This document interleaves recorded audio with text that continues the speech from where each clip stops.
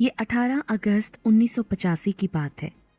آج انہیں یہاں آئے ہوئے 5واں روز تھا۔ 13 اگست کی اندھیری رات میں یہ ٹنڈو آدم چھوڑ کر نواب شاہ شفٹ ہوئے تھے۔ دالان کے بائیں جانب لگے جھولے پر بیٹھی سریا گنگنا رہی تھی۔ ایک نسبتاً چوکور درمیانہ چوڑا تخت 4 زنجیروں کی مدد سے دالان کی چھت پر لگے مضبوط کنڈوں سے لٹکا ہوا تھا۔ ایک طرف خوشی تھی کہ کل 14 اگست کو پاکستان کی آزادی کا دن ہے، اسی لیے جشن کا سما ہوگا، جبکہ دوسری طرف سریا کا دل خون کے آنسو رو رہا تھا۔ کیسے نہ روتا، بسا بسایا گھر جو چھوڑ کر آ رہی تھی، اور بڑی ہی سادہ سی وجہ تھی جس کی بنا پر وہ اپنا شہر چھوڑ کر آئی تھی۔ اسی بات کو لے کر 1 اگست کو سریا اور اس کے شوہر عمران کے درمیان کافی بحث بھی ہوئی تھی۔ بھائی یہ کیا بات ہوئی؟ میں کیوں اپنا بسا بسایا گھر چھوڑ کر جاؤں؟ میں کہاں ہم؟ سریا میں بھی تو جاؤں گا نا تمہارے ساتھ۔ لیکن جائیں کیوں؟ میں نے نہیں جانا اپنا محل چھوڑ کر۔ محل؟ یہ 2 کمروں کا گھر محل ہے تمہارے لیے؟ ہاں ہے محل میرے لیے، مجھ سے پوچھے کس قدر مجھے اس سے لگاؤ ہے، پر میں بھی تو تمہاری بھلائی کے لیے اس گھر اور شہر کو خدا حافظ کہہ رہا ہوں نا۔ اس میں بھلا کس قسم کی بھلائی ہے؟ سریا، ہماری ایک ہی بیٹی ہے، اللہ کے کرم سے وہ بھی اپنے گھر کی ہو گئی۔ اس شہر میں اب ہمارا کوئی رشتہ دار نہیں ہے، میں کام کے سلسلے میں دوسرے شہر ہوتا ہوں، تمہیں کس طرح یہاں اکیلا چھوڑوں گا؟ پر آپ تو ہمیشہ سے ہی شہر سے باہر کام کرتے ہیں نا، تب تو یہ سوچ نہیں آئی۔ تب ستارہ تمہارے ساتھ ہوتی تھی نا۔ معاف کیجیے گا، یہ کوئی ٹھوس وجہ نہیں ہے، مجھے فکر ہے تمہاری اور کچھ بھی نہیں، اسی لیے ہم دوسرے شہر شفٹ ہو رہے ہیں۔ اب میں کوئی بحث نہیں کروں گا اور نہ ہی کچھ سنوں گا۔ آپ سے شادی ہوئے 26 سال ہو گئے، 24 سال کی تھی جب اماں بھی نے آپ کے ساتھ رخصت کیا تھا۔ میں نے جب کبھی تنہائی کا شکوہ نہیں کیا تو اب کیسے کر لوں گی؟ حالانکہ شہر سے باہر جانا تو آپ کے کاروبار کا حصہ ہمیشہ ہی سے رہا ہے۔ سریا ٹھیک کہہ رہی تھی، عمران کا کاروبار ہی ایسا تھا، وہ سستے داموں زنانہ کپڑا اور ساڑیاں خرید کر اسے دوسرے شہر بیچ جاتا تھا۔ واپسی پر اس شہر کی کوئی سوغات خرید لاتا اور اپنے شہر بیچ دیتا۔ تمہاری بات ٹھیک ہے سریا، لیکن تم بھی دیکھو نا کہ اس بڑے شہر میں تمہیں اکیلا چھوڑ کر میں کیسے مطمئن طور پر کام کر سکتا ہوں؟ مجھے تمہاری فکر لاحق رہے گی۔ ساتھ کوئی ہو تو سہارا رہتا ہے، اور زیادہ پریشان تو میں تمہاری طبیعت کو لے کر ہوں۔ تو وہاں کون سا کوئی ہوگا میرے ساتھ؟ وہاں بھی تو میں اکیلی ہی رہوں گی نا۔ سریا کی اس بات کا عمران نے کوئی جواب نہیں دیا۔ خیر، ہم جا کس شہر رہے ہیں؟ نواب شاہ، جہاں تمہاری بیٹی بیاہ کر گئی ہے۔ لوگ تو یہی کہیں گے نا کہ بیٹی کے بغیر رہا نہیں کیا، اور اس کا پیچھا کرتے شہر میں ہمیشہ کے لیے شفٹ ہو گئی۔ تو پھر خود ہی جواب دیجیے گا۔ ارے تم بیٹی کے گھر تھوڑی رہو گی تم اپنے ہی گھر میں نا، جو میں نے تمہارے لیے خاص کر کے نیا خریدا ہے، ملا بھی سستے داموں ہے۔ باجی بھی ہمارے اس فیصلے پر بہت خوش ہیں۔ سریا کی بیٹی ستارہ اپنے پھپھو کے گھر بیائی ہوئی تھی۔ خیر، ہوتا تو وہی ہے جو قسمت میں لکھا ہوتا ہے۔ 13 اگست کی اندھیری رات کو عمران اپنی بیگم کے ساتھ نواب شاہ شہر کا نیا شہری بن کر آیا۔ سادات محلے کی تیسری گلی میں مکان نمبر 13، جو کہ 4 کمروں کا بڑا گھر تھا، کافی سستی قیمت میں خرید کر اپنی نئی گھرستی آباد کی، اور پھر یہیں سے شروع ہوا سریا کا امتحان۔ مضبوط اعصاب کی 50 سالہ سریا بیگم، کہ جس کی آنکھیں بھوری، رنگ چٹا، سر کے بال کالے اور سفید، لمبے مگر پتلے، وہ پان چباتی ہوئی جھولے پر بیٹھی گنگنا رہی تھیں۔ پرانے زمانے کی عورتیں کہاں فارغ رہنا پسند کرتی تھیں؟ وہ اونی مفلر بن رہی تھیں۔ عصر کا وقت ختم ہو رہا تھا، اسی لیے مغرب کا وقت چڑھتا آ رہا تھا۔ جھولا آہستگی سے ہلنا شروع ہوا، لیکن سریا بیگم کو کہاں دھیان تھا؟ وہ تو گنگنانے اور مفلر بننے میں مگن تھی۔ سریا بیگم کے پیچھے کمرے کا در تھا اور مقابل دالان کا در تھا، اسے صحن صاف دکھ رہا تھا۔ جھولا تھوڑی اور تیزی سے ہلنے لگا اور سریا بیگم کو مزہ آنے لگا۔ ان کا دھیان بھٹک رہا تھا کہ وہ سوچیں کہ کون ہے جو اسے جھولا جھلا رہا ہے، کہ اچانک ان کو لگا کوئی جھولے پر آ کر بیٹھا ہے۔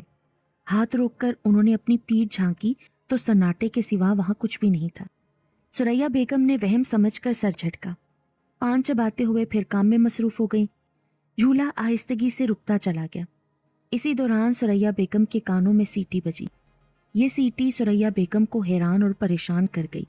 ان کا دل گھبرایا، پھر دوسرے ہی لمحے مکمل سناٹا سنائی دینے لگا۔ ان کا دل منہ کو آنے لگا تو وہ جھولے سے نیچے اتری۔ کچھ عجیب سا سناٹا اور خاموشی ہے یہاں، میرا جی گھبرانے لگ پڑا ہے اس گھر میں۔ وہ زیر لب بڑبڑائیں اور کمرے میں گئیں۔ वहां झांक कर देखा तो कुछ भी नहीं था। फिर वो दालान में वापस आई, चारों तरफ नजरें घुमाईं, लेकिन इर्द गिर्द तो कोई परिंदा तक नहीं था। सहन में आई तो उन्हें हफ्सा लगा। वो सहन के ऐन वस्त में खड़ी होकर सोच का शिकार हो गई। ऐसा सन्नाटा तो कब्रिस्तान में भी नहीं होता जैसा यहाँ है। वो दालान की जानिब पलटी थी कि दरवाजे पर दस्तक हुई। हस्बे आदत वो दुपट्टे के एक किनारे से मुंह छुपाकर दरवाजा खोलने लगी। कौन है? अम्मी, मैं हूं सितारा। सितारा की आवाज सुनकर सुरैया बेगम ने दरवाजा खोला। अस्सलाम वालेकुम अम्मी, कैसी हैं आप? आए जाओ, मैं तुमसे बात नहीं करती। क्या बात है अम्मी, नाराज हैं क्या? हमें यहाँ आए हुए 1 हफ्ता होने को है और तुम अब आ रही हो, फिर ये सवाल भी कर रही हो। अम्मी, आप जानती हैं मैं मसरूफ होती हूँ, वक्त मिला तो मिलने आ गई ना। अच्छा, मतलब अब माँ बाप से मिलने के लिए भी तुम्हें वक्त निकालना पड़ेगा। खैर, फूफो और आतिफ दोनों बहुत खुश हैं कि आप यहाँ पर शिफ्ट हो गई हैं। हमारे करीब ही। सितारा ने अपनी माँ के हाथ चूमते हुए कहा। इसी दौरान मगरिब की आजान हुई। अच्छा तुम बैठो, मैं जरा नमाज पढ़कर आती हूँ, फिर बैठकर चाय पियेंगे और खूब बातें करेंगे। सुरैया पहली आजान पर ही नमाज की अदायगी के लिए चल पड़ी। ऐसा उन्होंने इसलिए किया था कि कुछ रोज से उनके लिए नमाज पढ़ना महाल था। उन्हें अजीबोगरीब किस्म के वसवसे दौरान नमाज सताते थे। जिस्म भारी महसूस होना शुरू हो जाता था, सांस लगता था रुकने लग पड़ा है। ठीक है अम्मी, आप नमाज पढ़ लें। सितारा में जहाँ 100 अच्छाइयाँ थी वहाँ कुछ बुराइयाँ भी थीं। नमाज की चोर थी, मतलब सिर्फ जुमे की नमाज अदा करती थी, जिस पर वो काफ़ी बातें भी सुनती थी। सुरैया बेगम वुजू करके नमाज पढ़ने गईं। सितारा सोफे पर बैठी घर का मुआयना करने लगी। उसके दिल में ख्वाहिश जागी कि क्यों ना घर देखा जाए। सितारा ने जाते वक्त झूले की जंजीर को थामा तो झूला मध्यम हिला। जंजीर से आवाज पैदा हुई और फिजा में गूंजी। आवाज ऐसे लगी कि 100 सालों से बंद दरवाजा आज खुला हो। सितारा पूरे घर का जायजा लेते हुए घर के अगबी हिस्से में पहुंची। घर के अगबी हिस्से में बने कमरे को देखकर वो पलटी थी कि उसने एक बोने से बच्चे को घर के सदर दरवाजे की तरफ बने सहन की जानिब भागता देखा। वो भागते हुए हंस रहा था। उस बोने बच्चे का कहकहा कमरों में गूंज रहा था। सितारा उसके पीछे दौड़ी। सुनो सुनो, ओ हेलो, रुको तो, कौन हो तुम? सितारा उसके पीछे भागती हुई सहन तक आई। फिर उसने चारों तरफ नजर घुमाई, पर अब सितारा को कोई बच्चा नजर नहीं आया। कहाँ गया वो बच्चा?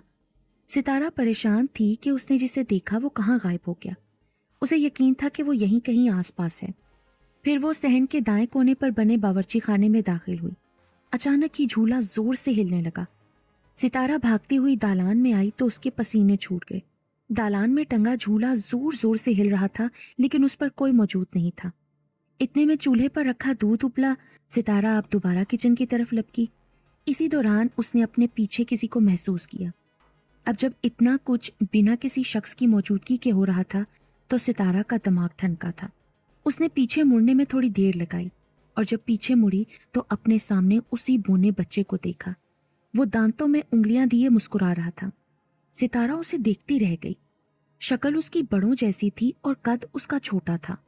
सितारा देखती रह गई और फिर वो बोना बच्चा भागता हुआ घर के अगबी हिस्से में चला गया। सितारा उसके पीछे जाने लगी थी कि सुरैया बेगम नमाज से फारिग होकर दालान में आती दिखाई दी। कहाँ जा रही हो तुम? अम्मी, वो वहां। सितारा अभी कुछ कहती कि सुरैया बेगम ने अपनी बात शुरू कर दी। वहां? वो? हाँ, वो कमरा अभी साफ नहीं है। कल को मासी ढूंढूंगी तो उस कमरे की सफाई कराऊंगी। बहुत कबाड़ है उस कमरे में। हाँ ठीक है अम्मी।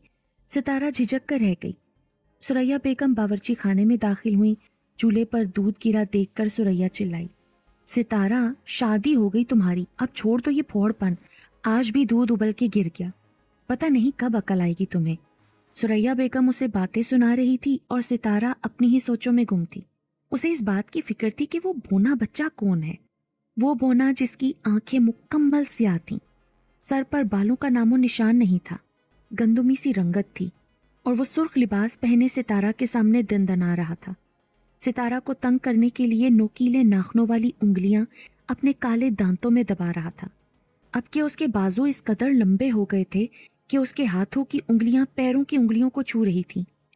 सितारा बहुत परेशान थी। सुरैया ट्रे में चाय से भरे 2 कप लेकर झूले में बैठी। सितारा भी साथ ही बैठी। उसके जहन में अभी भी वो बोना बच्चा दंदना रहा था। साथ ही ये सवाल गूंज रहा था कि जब वो घर में आई तो अम्मी ने उसको इस बोने के बारे में क्यों नहीं बताया। क्या हुआ तुम्हें? किसी सोच में मुब्तला हो गई हो अचानक से? कोई बात है क्या? अम्मी, ये कब से यहाँ रह रहे हैं? कौन? अम्मी, ये सवाल करने का तो नहीं है, मैं उस बोने बच्चे की बात कर रही हूँ।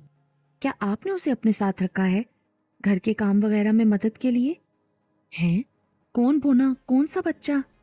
मैं किसी को क्यों अपने साथ रखूंगी? सुरैया बेगम को अपनी बेटी की बात बिल्कुल भी समझ में नहीं आई थी। सितारा ने ट्रे में कप रखा, टांगे समेटकर अपनी माँ की जानिब चेहरा करके बैठ गई। अम्मी, वही बोना बच्चा जो इस घर में जगह जगह दंदनाता घूम रहा है। लेकिन यहाँ तो कोई बोना बच्चा नहीं है सितारा, क्या कह रही हो तुम? अम्मी, जब आप नमाज पढ़ने गई थी ना, तो वो मेरे साथ पूरे घर में घूमा है। मुझे बहुत परेशान कर रहा था वो। मुझे उससे बहुत खौफ आने लगा। शक्ल से तो वो बड़ा लगता है, लेकिन कद में बच्चे जितना है। उसके बाजू इतने लंबे हैं कि उसके पैरों को छूते हैं। नहीं नहीं, तुम्हें यकीनन कोई गलतफहमी हो रही है सितारा। यहाँ कोई बच्चा नहीं रहता, और फिर तुम किस कदर खौफनाक हुलिया बता रही हो। लेकिन अम्मी, अच्छा बस, बहुत हो गया, खामोश। मैं कह रही हूं ना कि यहाँ कोई बच्चा नहीं रहता। तुम चाय पियो और अपने घर के लिए रवाना हो। सुरैया बेगम के लहजे में अचानक ही तलखी आ गई। सितारा ने भी बहस नहीं की और बगैर चाय पिए मुंह बनाते हुए अपने घर के लिए रवाना हो गई। इमरान हमेशा की तरह अपने कारोबार के सिलसिले में दूसरे शहर गए हुए थे। सुरैया बेगम को अपनी बेटी की जुबानी ये सारी बातें सुनकर दाल में कुछ काला महसूस हुआ, लेकिन उन्होंने बेटी के सामने इस बात को उसका वहम करार दिया ताकि कहीं वो खौफजदा ना हो जाए। सुरैया बेगम ने आज सफ़ेद रंग का सूट पहना था। इस वक्त वो कमरे में रखी गोल मेज के साथ लगे सिंगल सोफे पर बैठी अपने शोहर इमरान को खत लिख रही थी। प्यारे इमरान, मैं बिल्कुल ठीक हूँ, मेरी फिक्र नहीं करें। आप अपने बारे में बताएं कि आपकी तबीयत कैसी है, कारोबार कैसा चल रहा है। मुझे इस घर में तन्हा छोड़े हुए आपको एक हफ्ता गुजर चुका है। बस अब और इंतज़ार नहीं करवाएं मुझे, इसी हफ्ते लौट आएं। नहीं, मैं परेशान नहीं हूँ, लेकिन तन्हाई काट खाने को दौड़ रही है। हमारी बेटी सितारा कल आई थी, लेकिन वो मुझसे नाराज़ होकर अपने ससुराल गई है। वजह यह है कि मैंने उसे डांटा था, क्योंकि वो कह रही थी कि इस घर में बोने रहते हैं। इमरान, क्या वाकई इस घर में बोने रहते हैं? आपकी बेगम सुरैया। सुरैया ने खत फोल्ड किया, अलमारी की जानिब लपकी बड़ी चादर निकालकर अच्छे तरीके से खुद को ढांप लिया और घर से बाहर निकल गई। सुरैया डाकखाने खत देने जा रही थी। जाते वक्त उसने सदर दरवाजे को बाहर से ताला लगा दिया था। अंधेरा छाने वाला था। सुरैया डाकखाने से घर की जानिब लौट रही थी कि गली की नुक्कड़ पर अपनी ही उम्र की एक औरत से मिली। उस औरत ने बुर्का पहना हुआ था। गली में दाखिल होते वक्त सुरैया को पीछे से पुकारा था। सुरैया ठहरी।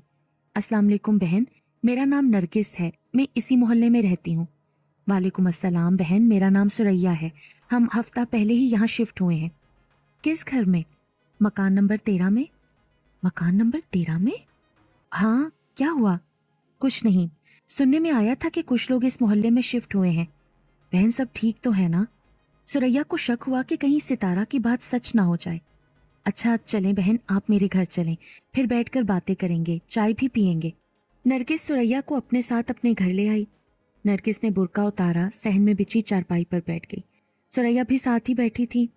नरगिस बहन, क्या बता रही थी आप मकान नंबर 13 के बारे में? देखें सुरैया बहन, मुझे झूठ बोलकर कुछ हासिल नहीं होगा।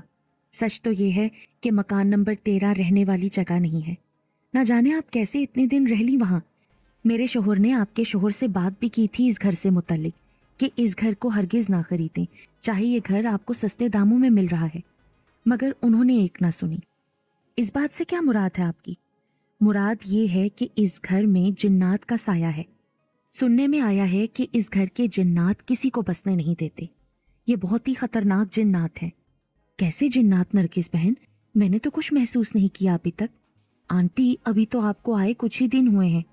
कुछ दिन आपके सुकून से गुजरेंगे, उसके बाद आपको खुद ही सब कुछ पता चल जाएगा।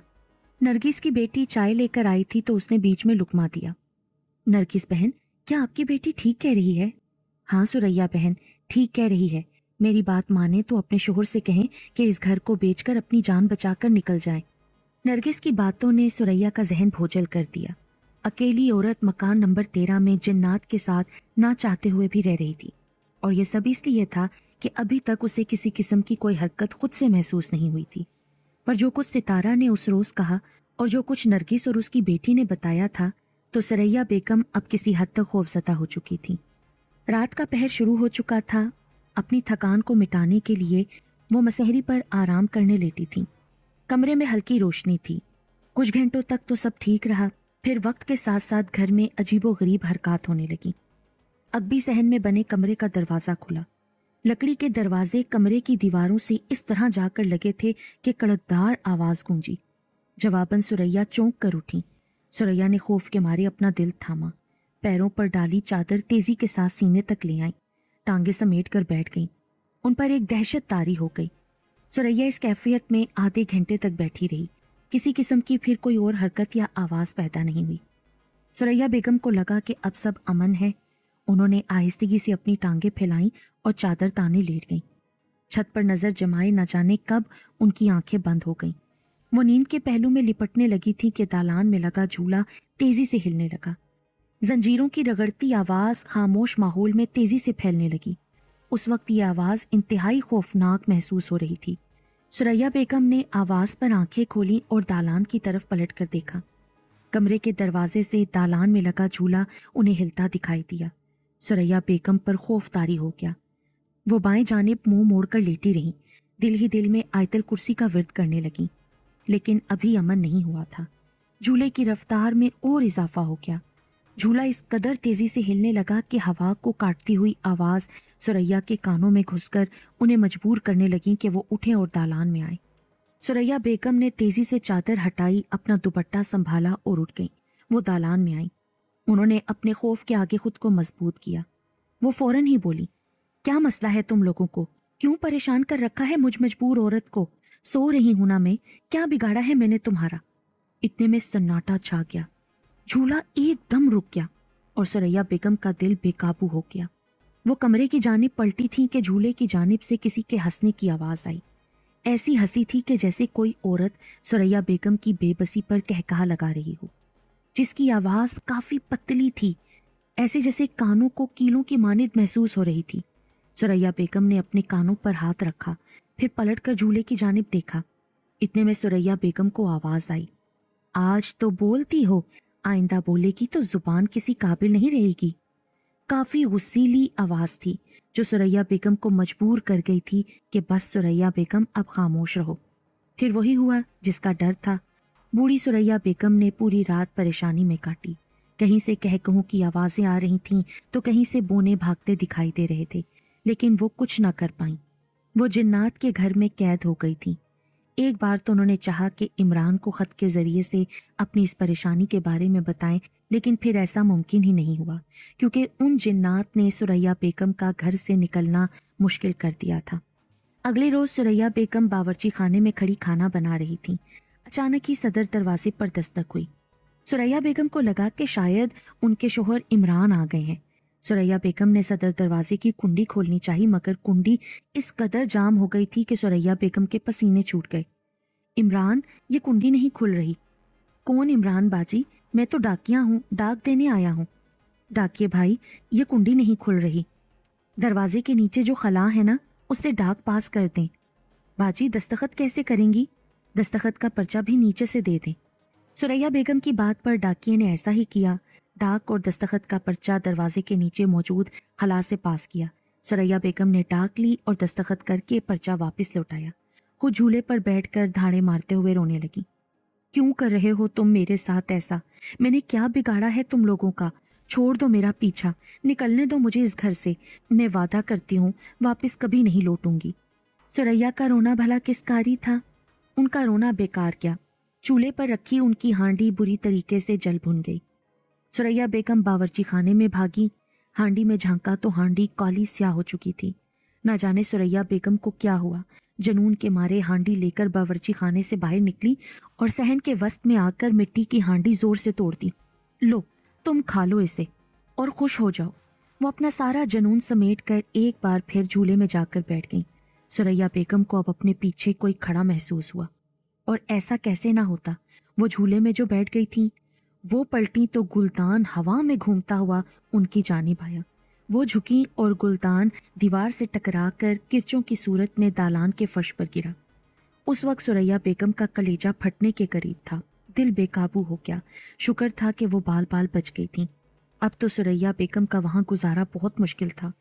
ये मुझे किसी भी हाल में जिंदा नहीं छोड़ेंगे, वो परेशानी के बायस ज़ेरे लब बुड़बुड़ाई। रात के अंधेरे में वो फिर अपनी चारपाई पर लेटी आराम कर रही थी। 3 घंटे सुकून से सो गई थी, पर ऐसा कैसे मुमकिन था कि रात के 3 बज रहे हों और बोने जिन्नात अपनी महफिल ना लगाएं। पिछले सहन में बने कमरे का दरवाज़ा खुला। सुरैया बेगम को क्या इल्म, वो तो नींद में थी। इस 50 साला औरत को वो क्यों सता रहे थे? क्योंकि वो इनके कामों में मुदाखलत कर रही थी, उनके घर में अपनी मर्जी से रह रही थी। झूला आहिस्ता आहिस्ता हिलना शुरू हुआ। सुरैया बेगम ने जंजीरों की रगड़ सुनी तो खुद को नींद से बेतार पाया। एक लम्हे के लिए तो वो पिछली रात के ड्रौने पहर में चली गई थी, लेकिन वो बैठी नहीं, सीने तक डली चादर चेहरे तक ओढ़ ली। उन्हें महसूस हुआ जैसे मसहरी का एक किनारा दबा था। सुरैया बेगम को बाकायदा किसी के वजूद का वजन अपनी चारपाई पर महसूस हुआ। सुरैया बेगम ने देखा नहीं, कोई हरकत नहीं की। उसी लम्हे में उनके वजूद पर ओढ़ी चादर आहिस्ता आहिस्ता सिरकी। सुरैया बेगम ने हाथों से चादर पर गिरफ्त मजबूत भी करना चाही, मगर नाकाम ठहरी। एक तरफ बोने जिन्नात की ताकत, दूसरी जानिब डरी सहमी सुरैया बेगम की ताकत। भला किसे जीतना था? अचानक ही चादर सुरैया बेगम के वजूद से उतरकर हवा में उड़ती हुई कमरे की दीवार से फिसलती हुई नीचे फर्श पर गिरी। सुरैया बेगम चीखीं। अभी चीख उनके मुंह से निकली थी कि उन्हें अपने सीने पर वजन महसूस हुआ। सुरैया बेगम ने अपने गले को दबोचा हुआ था। उनके ख्याल में उन्होंने जिन्नात के हाथों पर अपने हाथ रखे हुए थे, और हकीकत तो यही थी कि जिन्नात ही उनका गला दबा रहे थे। सुरैया बेगम की निगाहें खून उगलने को थीं। उनका सांस बस बंद होने के करीब था। बोने जिन्नात और उनकी लंबी खौफनाक जिननी माँ ने इस कदर सुरैया बेगम पर जुल्म किया था। सुरैया बेगम ने अपनी बची कुची हिम्मत के साथ आयतल कुर्सी पढ़ना शुरू की और मुंह के जरिए से हल्की सी फूंक हवा में छोड़ी। आहिस्ता आहिस्ता उनका गला जिन्नाती हाथों की गिरफ्त से आजाद होने लगा, लेकिन इसके बावजूद वो खींच खींच कर सांस ले रही थी। एक लम्हे के लिए तो उन्हें लगा था कि बस ये उनके आखिरी लम्हात हैं। आहिस्ता आहिस्ता सुरैया बेगम की तबीयत बहाल होने लगी। वो चारों कुल आयतल कुर्सी और दरूद शरीफ का विर्द करने लगी। जैसे तैसे रात गुजरी तो अगली सुबह हुई। सुबह वो दालान के झूले पर बैठी अपने शोहर इमरान का खत पढ़ रही थी। प्यारी सुरैया बेगम, मैं ठीक हूँ, मेरी तबीयत भी बेहतर है। इस माह की 13 को वापस लौट रहा हूँ। मुझे तुमसे शिकायत है, तुम्हें हमारी बेटी सितारा को डांटना नहीं चाहिए था। तुम परेशान नहीं होना, मैं आ रहा हूँ तुम्हारे पास। इमरान। खत पढ़कर सुरैया बेगम को हैरत हुई। उनके शोहर ने बोने बच्चों के मुतल्लिक कुछ नहीं लिखा था। इसका मतलब वाकई यहाँ जिन्नात है, जभी तो इमरान ने जिक्र नहीं किया। अभी वो इन्हीं सोचों में गुम थी कि सदर दरवाजे पर दस्तक हुई। सुरैया बेगम दरवाजे की जानिब लपकी तो बाहर से सितारा के बोलने की आवाज़ आई। अम्मी, आप घर में हैं? हाँ सितारा बेटी, मैं घर में हूँ। अम्मी, दरवाज़ा तो खोले ना। सितारा दरवाज़ा नहीं खोल सकती, मैं जिन्नात के घर में कैद हो चुकी हूँ। ये कहकर सुरैया बेगम ज़ारो कतार रोने लगी। अम्मी, ऐसे कैसे कैद हो गई? धक्का लगाएं, खुल जाएगा दरवाज़ा। मुझ में जितनी ताकत थी मैंने लगा ली। तुम घर लौट जाओ, अब मेरा यहाँ से निकलना मेरे मरने के बाद ही होगा। अम्मी प्लीज़ ऐसा नहीं बोलें, मैं कुछ करती हूँ। तुम कुछ नहीं करोगी, तुम घर लौट जाओ सितारा, वरना ये तुम्हें भी तंग करेंगे। मेरा बेटा, तुम घर लौट जाओ। सुरैया के बहुत कहने पर सितारा अपने ससुराल की जानिब लौट गई। उसने फूफो और आतिफ को सारी बात से आगाह किया, साथ ही अपने वालिद को खत लिख दिया कि आप जल्द से जल्द घर वापस आएं। आतिफ, अब्बा ने जो घर लिया है ना, उसमें जिन्नात हैं। उस रोज़ मुझे बूने ड्रोने बच्चे दिखाई दिए थे। मैंने अम्मी को बताया तो वो गुस्सा कर गई, लेकिन अब उन्होंने अम्मी को घर में कैद कर लिया है। बहुत तंग कर रहे हैं। अम्मी दरवाज़ा नहीं खोल पा रही। अम्मी उस घर में जिन्नात की कैद में है। आतिफ और फूफो समझ गए कि वाकई कोई बहुत बड़ी मुसीबत है, वरना सुरैया बेगम जैसी बाहौसला और तन्हा रहने वाली खातून इतनी आसानी से हार नहीं मानती थी। अगले रोज़ आतिफ सितारा के साथ सुरैया बेगम के घर मकान नंबर 13 पहुंचा। आतिफ ने दरवाज़ा खटखटाया। अंदर से सुरैया बेगम की आवाज़ आई, जो भी है वापस चले जाओ, दरवाज़ा जाम है। वो झूले पर अपनी तमाम मायूसी समेटे बैठी थीं, जैसे उन्होंने सोच लिया था कि अब वो हमेशा के लिए इस घर में कैद रहेंगी। लेकिन बोने जिन्नात ने सुरैया बेगम को झूठा साबित कर दिया। उसी लम्हे दरवाज़ा खुद ब खुद खुल गया। घर की दहलीज पर खड़े आतिफ और सितारा का मुंह खुला का खुला रह गया। सुरैया बेगम हैरान परेशान झूले पे बैठी थी। ये सब क्या है मुमानी? पता नहीं बेटा, मुझे कुछ नहीं पता। कल तक तो दरवाजा बिल्कुल जाम था, नहीं खुल रहा था। अब देखो तुम लोग आए हो तो खुद ब खुद खुल गया है। सुरैया बेगम का इतना कहना था कि घर का दरवाजा बर्क रफ्तारी से दोबारा बंद हुआ। जोरदार आवाज गूंजी। तीनों की निगाहें यकदम दरवाजे की जानिब उठी। आतिफ ने सितारा को खुद से चिपटा लिया। अकबी सहन की जानिब से कहकहों की आवाजें उठने लगी। तीनों ने अब वहां देखा। ये आवाजें छोटे बच्चों की थीं, जैसे वो खेल रहे हों। सुरैया बेगम सितारा और आतिफ के हमरा अकबी सहन में जाने लगी थीं कि दालान में लगा झूला हिलने लगा। हिलते झूले को देखकर तीनों पर दहशत जारी हो गई। उनके बढ़ते कदम रुक गए। अगले ही लम्हे उन्होंने झूले पर एक बहुत ही लंबी, खौफनाक और काली चुड़ैल को देखा। खबरदार जो आगे बढ़े, मेरे बच्चे वहां खेल रहे हैं, तुम सब यहाँ से चले जाओ। आज की मोहलत दे रही हूँ। अगर एक लम्हे की भी देर की तो हमेशा के लिए इस घर में कैद होकर हमारा लुक्मा तर बन जाओगे। ये कहकर अचानक ही वो खौफनाक लंबी काली चुड़ैल गायब हो गई। मोमानी, यहाँ से चले जाना ही बेहतर है, क्योंकि बहुत मुश्किल से आपको कैद से रिहाई मिल रही है। फिर ऐसा ही हुआ। सुरैया बेगम आतिफ और सितारा के साथ उसी वक्त अपना सारा साजो सामान छोड़कर निकल गई, क्योंकि जान बची सो लाखों पाए। इमरान जब अगले रोज लौटे तो उनके पास सवाए पछतावे के कुछ नहीं था, क्योंकि उन्होंने बीवी और बेटी की मोहब्बत में जो फैसला जल्दबाजी में किया था वो उनकी बेगम सुरैया के लिए बहुत कठिन साबित हुआ था। उन्हें हर गुजरते लम्हे पर अफसोस था कि काश वो उस वक्त मोहल्ले वालों की बातों पर यकीन कर लेते जिस वक्त वो ये घर खरीद रहे थे। फिर कुछ दिनों के लिए इमरान और सुरैया बेगम अपनी बहन के यहाँ ठहरे और फिर मजबूरन उन्हें अपने आबाई घर पुराने शहर टंडो आदम में दोबारा रिहाइश करनी पड़ी।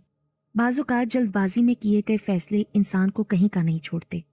अगर इमरान अल्लाह की ज़ात पर भरोसा करके सुरैया बेगम को उनके आबाई टंडो आदम वाले मकान में तन्हा छोड़ जाते तो उन्हें इस कदर मुसीबत नहीं उठानी पड़नी थी। इसीलिए कहते हैं कि जल्दबाजी तबाही है।